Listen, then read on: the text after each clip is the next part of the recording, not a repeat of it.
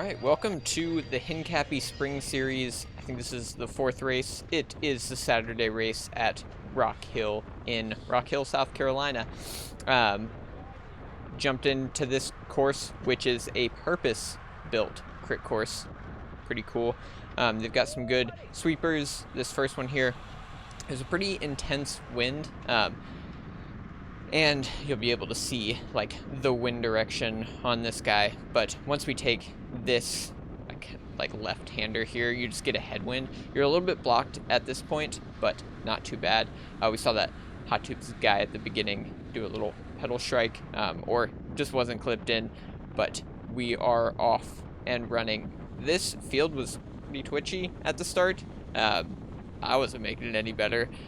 I'm still on my cross bike, and these crosswinds are pushing everybody like around pretty good. Moving up on this right side was a little bit better of a spot, but me on the left, I think I'm eating a little more wind than I would otherwise like to. Good part about this course is that you have grass runoffs. You're going to see plenty of people ride on grass at these races, but it's not too consequential. I almost got pushed into the grass here, which wouldn't have been a terrible issue, but something to keep in mind, that you can use the whole road plus some. We're just going to watch the first two laps because a lot goes down in these two laps. Pretty hard up the hill. I'm doing like 600 watts in the draft, and I'm just going to move back a little bit. I know not much is going to go on that early, right? But up here you can see Jonas in the blue from EcoFlow. I've raced Jonas before. He was at like Tour de Beauce, but he won the past two races, and he is a guy to look out for. I wanted to get a good, workout in from this race, if you can do that in races, and I am currently getting it. I think the first like 20 minutes of this race, I looked down and my normalized power was like 400 watts, which means it was pretty hard. I am hoping that this cyclocross bike is just particularly slow on this course. Otherwise, I have a lot of work to do. But you can see my teammate right here, right in front of this guy I'm behind, Johnny Clark on the Miami Knights. Kind of a weird team situation going on right now where we don't have kits, so I am racing for the Velocious Sport crew with the red pants. That's just a kit I had available. I'm going to come around this guy.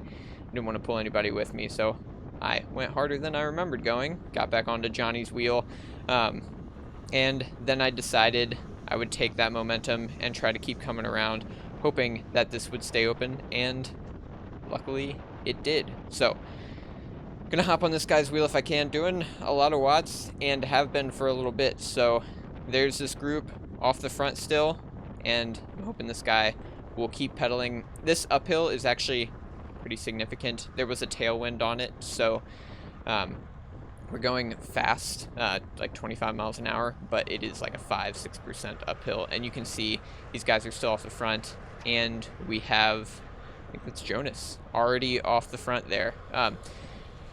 2 laps in, and he's got a good gap. You come around this next spot, so you've got a left or right crosswind here, and then you turn around this next corner and you've got a mediocre tailwind, so you'll start going much faster. I did not want him to get off the front again, so I decided to hit it, carry that momentum around, and continue it through. You can already see he's got a sizable gap, just with 2 laps in, and my heart rate is going up. I look back and see the field is on me, so I'm gonna slow up.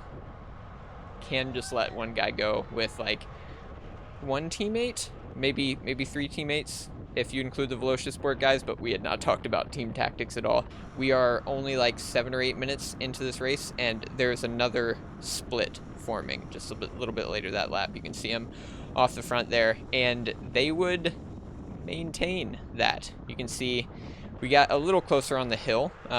I was looking up to see where Jonas was and kept my line instead of swinging out for the corner. Got that dude's foot into my front spoke and realized that I needed to be a little more observant in the pack, but would sit on this Miller School guy's wheel. He's got a teammate in front of him, and his teammate is going to like kind of do a little surge to get across. I think only 2 more guys made it across to this group. It was hard to keep track at a certain point, but his teammate sort of let the wheel go. This is an interesting situation. I'm doing a lot of power in his draft, so it's not like his teammate is totally sitting up, but his teammate there is getting across to that group. I guess you could call this a false tempo, although I'm doing a lot of power in the draft. Could be due to me being on that cross bike. A little squirrely again through that crosswind. Had that right to left crosswind here, so I'm trying to tuck into the draft as much as possible, but there was not a lot of draft to be had.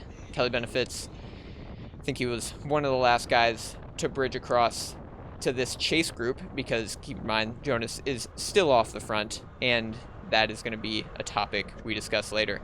At this point, I am in that peloton, which is like 20 dudes, and I try to make it across to this chase group. They've got a sizable gap, so I know I'm going to have to do some work, but I'm feeling good, and I sent it off the front a few times. This automatic dude here in the distance ended up catching me, and then one of the, Crab maybe? From Mission Devo.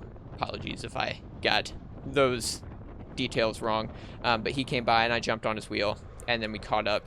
Peloton is back together. The Peloton second chase group had some weird dynamics going on. It felt really fast and it was pretty hard, but I was able to like continue attacking because nobody was really doing anything. It's sort of like, yeah, we're doing like 400 watts here, and we are, staying off the back. I attacked here. I was on the cross bike, so could pedal through that corner consistently, passing Eli there. A lot of guys got dropped this day just because it was super hard, even in the pack. I ended up off the front yet again. A lot of this race was just me getting pulled back by random guys in this chase group. Maybe Super had a guy in there. No, Miller School did. I don't know if Automatic did, but he was definitely contributing to the chase. Very interesting racing going on, and I was, I think, getting a little frustrated, but also kind of wanted to continue to pedal hard and not get lapped by 2 groups, so I just kept sending it. Later on during the race, we're 30 minutes to go, halfway through the race, and Jonas on the right here comes past us. I'm doing 500 in the draft in the peloton, 600, like I'm standing still. I do really hope it's the cross bike is slow, but yeah, he just flowed through. Nobody was chasing him. He just lapped us solo. Took him half an hour. He went from halfway through the second lap, and I was deciding that I should probably jump on that wheel and see if I can get one more lap up, but these dudes are just letting him go. I decided to try and bridge. I'm doing like 600 watts here, and I was honestly not closing the gap at all. Trying to be smart about where I paced it, like low wind speed to hit it hard whenever I had that tailwind, and then just to like tuck in when I had a headwind and do tempo. But this is pretty much the closest I would get. There is a section a little bit later where I get closer, but he was just maintaining. I'm doing like 480 watts here for this whole lap, and I think he's been doing this for the whole half an hour. So it was either a lot of power or I have a slow bike. And even on this part, I'm doing like, 520, 600 watts on this hill, and this is the closest I would see him later on in that lap. Just had to let him go and stay at my own pace. I did do a little bit of riding before this, but not a lot of the classic vegan excuses to come up with for this one. So I let him have it and continued my attempt to catch that chase group, accepting that I'm pretty much going to be going for second here. I did catch one of the Miller School guys off the back, and as I was catching him, I decided I did not want a passenger.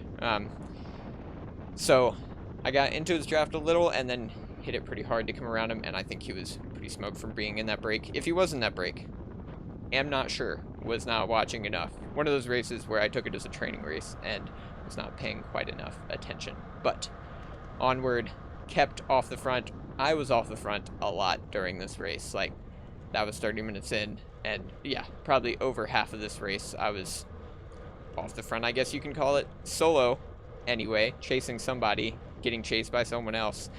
And later on, this is 4 minutes to go, up the hill again, and I'm doing 450, 500 watts up this hill every time, just giving it what I could, because it's a tailwind uphill. It's when you can give good power, and Jonas came past me like I was standing still yet again. So this time, I knew better than to try that.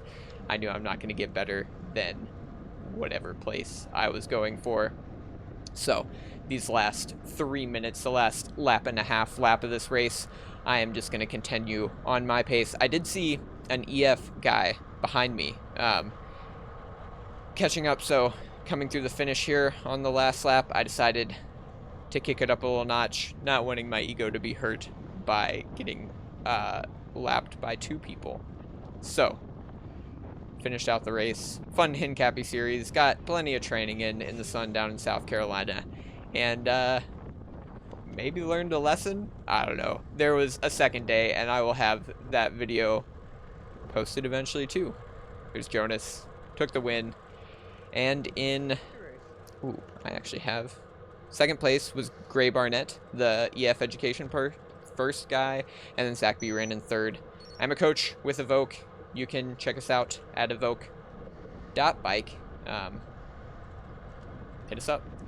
Also starting to work with Lactigo. There's a discount in the description. Thanks for watching. See ya.